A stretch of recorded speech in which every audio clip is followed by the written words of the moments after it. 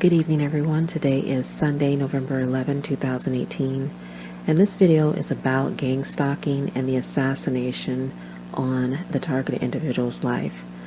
Now, I find it very interesting and disturbing, at the same time, of how people are very dismissive when it comes to looking at gang stalking, organized stalking, and harassment for exactly what it is, and that is a crime. People have a tendency to say, oh, well, just ignore it. Don't talk about it. Pay it no mind. It's no big deal. When in actuality, the mindset behind the individuals that are willing and capable of pulling something like this off, it's very disturbing when you look, at the deeper, characteristics of a person like that. But I want to, from a legal standpoint, I want to define the law and the legal definition of what it means to character assassinate someone, to assassinate someone's character.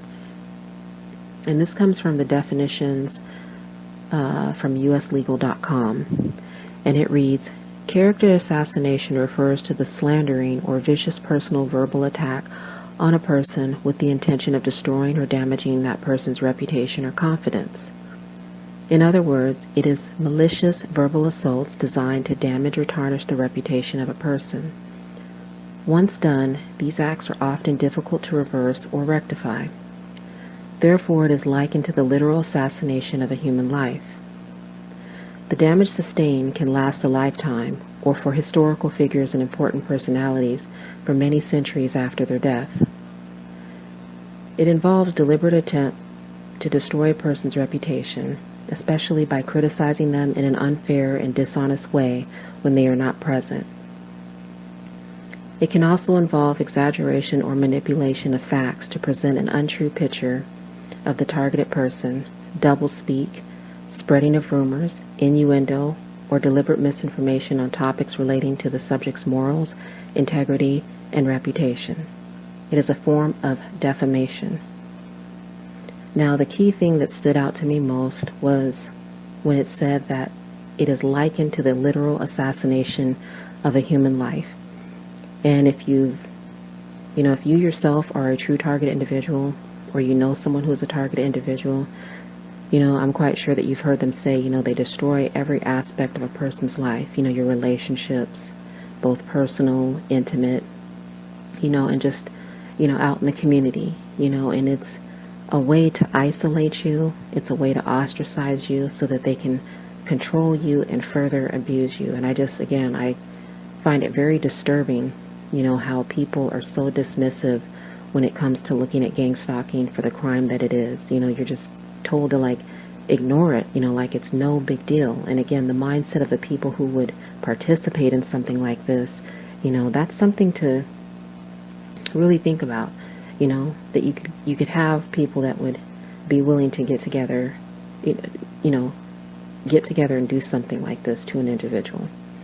There's no way whatsoever to justify this, and again, they do it in such a way that it's overt to the person they're targeting, but covert to anybody who would be an onlooker or a witness.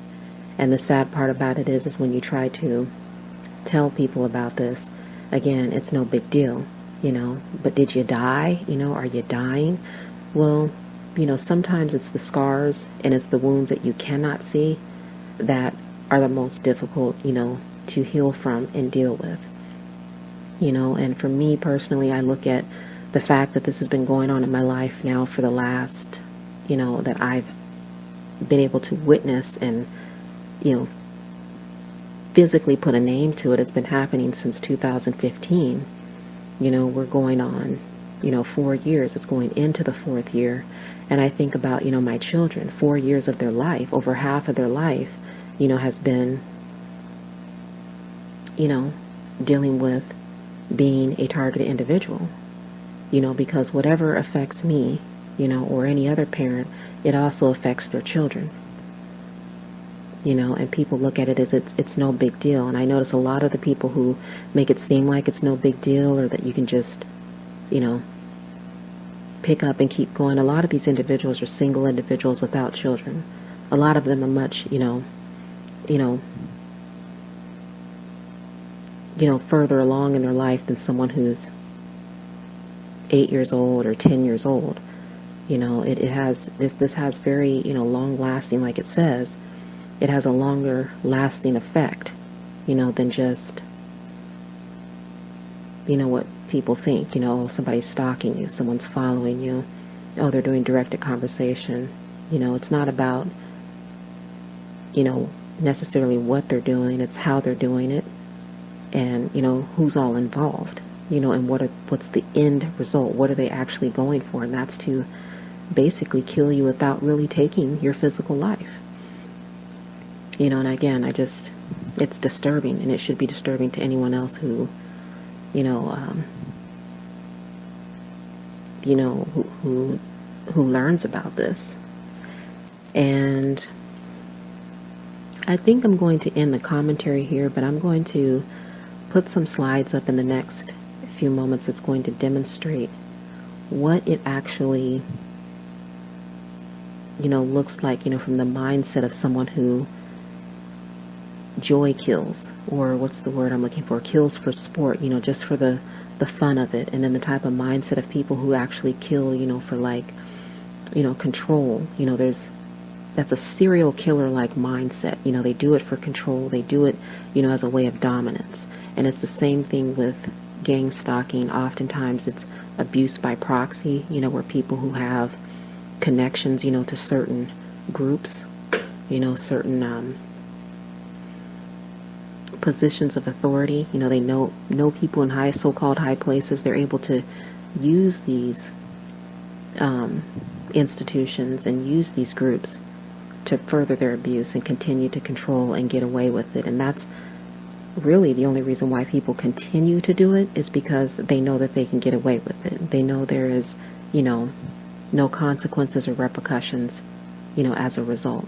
So I'm going to go ahead and end the audio here, and I'm just going to put some slides up and show you, what it means to allow, these type of serial criminals to get away with the things that they do.